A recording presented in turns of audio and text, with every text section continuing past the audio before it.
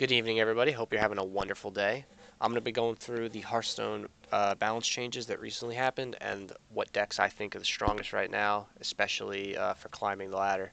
So the first one we have is Innervate. It's changed from 2 mana to 1 mana, so it's a counterfeit coin, which isn't bad, but the problem is that I don't know if it's worth running as a card slot, whereas in Rogue you have Gadget and Auctioneer to cycle and combo with, so it's a lot more versatile. Whereas Druid has ramp, and the Innervate is probably not worth it as a card.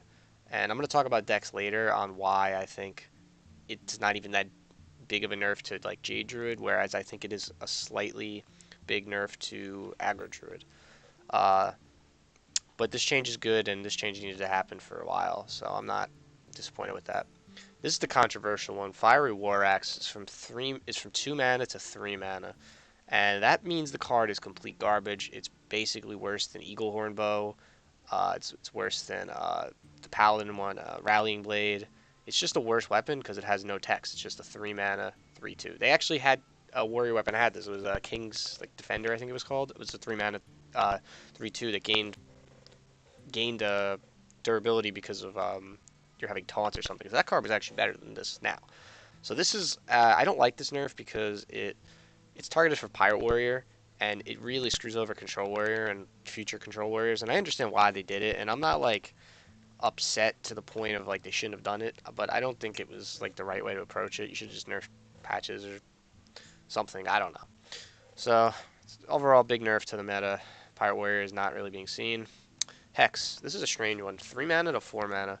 So now it's more in line with Polymorph, and I guess it's for future expansions where maybe they wanted to print more death rattles or something. I don't really understand why they did this or what was the purpose of this, but I guess they're just future proofing Hex because it is really strong at 3 mana, especially in a control shaman deck because you have Devolve and Hex, so that's super strong.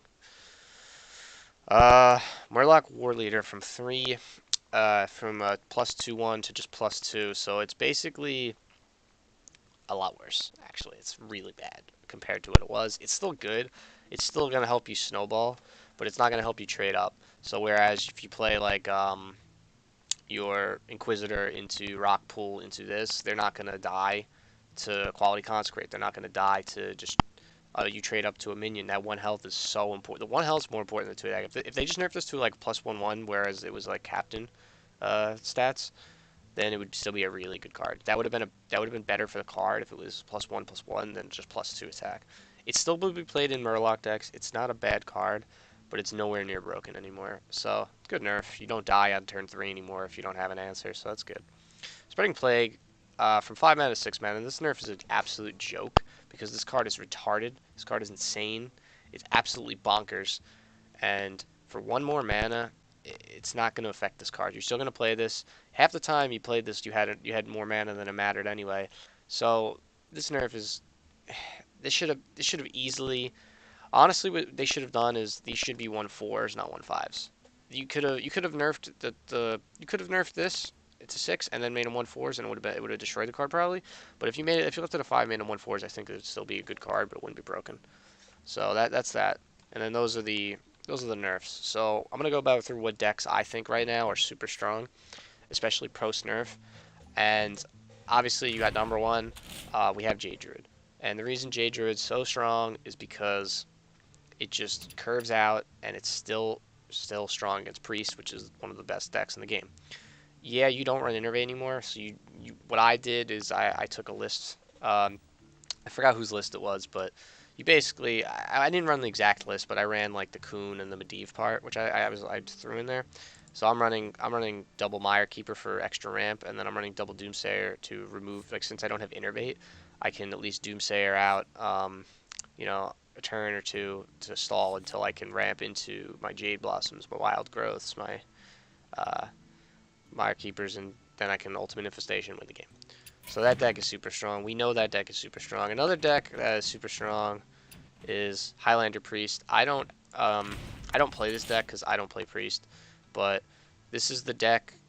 You don't have to run. There's so many variants of this deck. I'm missing Raza and I'm missing Lyra. I have the dust to craft them, but like I don't play Priest, so I don't really care.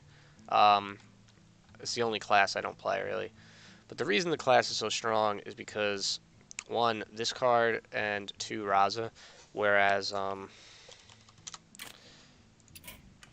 then Raza, which is it makes you be able to always use your hero power nonstop without running out of mana because it's 0 mana. So it's strong because it curves out pretty well. It always has answers to the most part. It has board clears.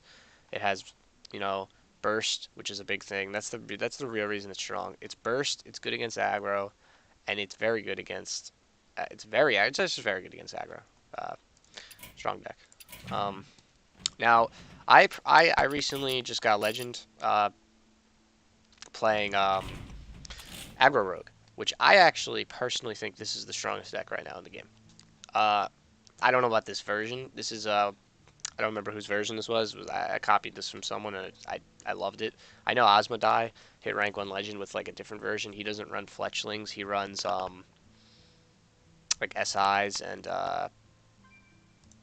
what's that other card? He was running Journey from Below instead of Hallucination, and he was running.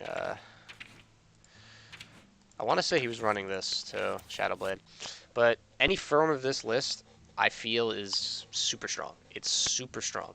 You have Prince Kel'Thuzad, which no one thought was a good card, but if you get this card on turn 2, you win the game.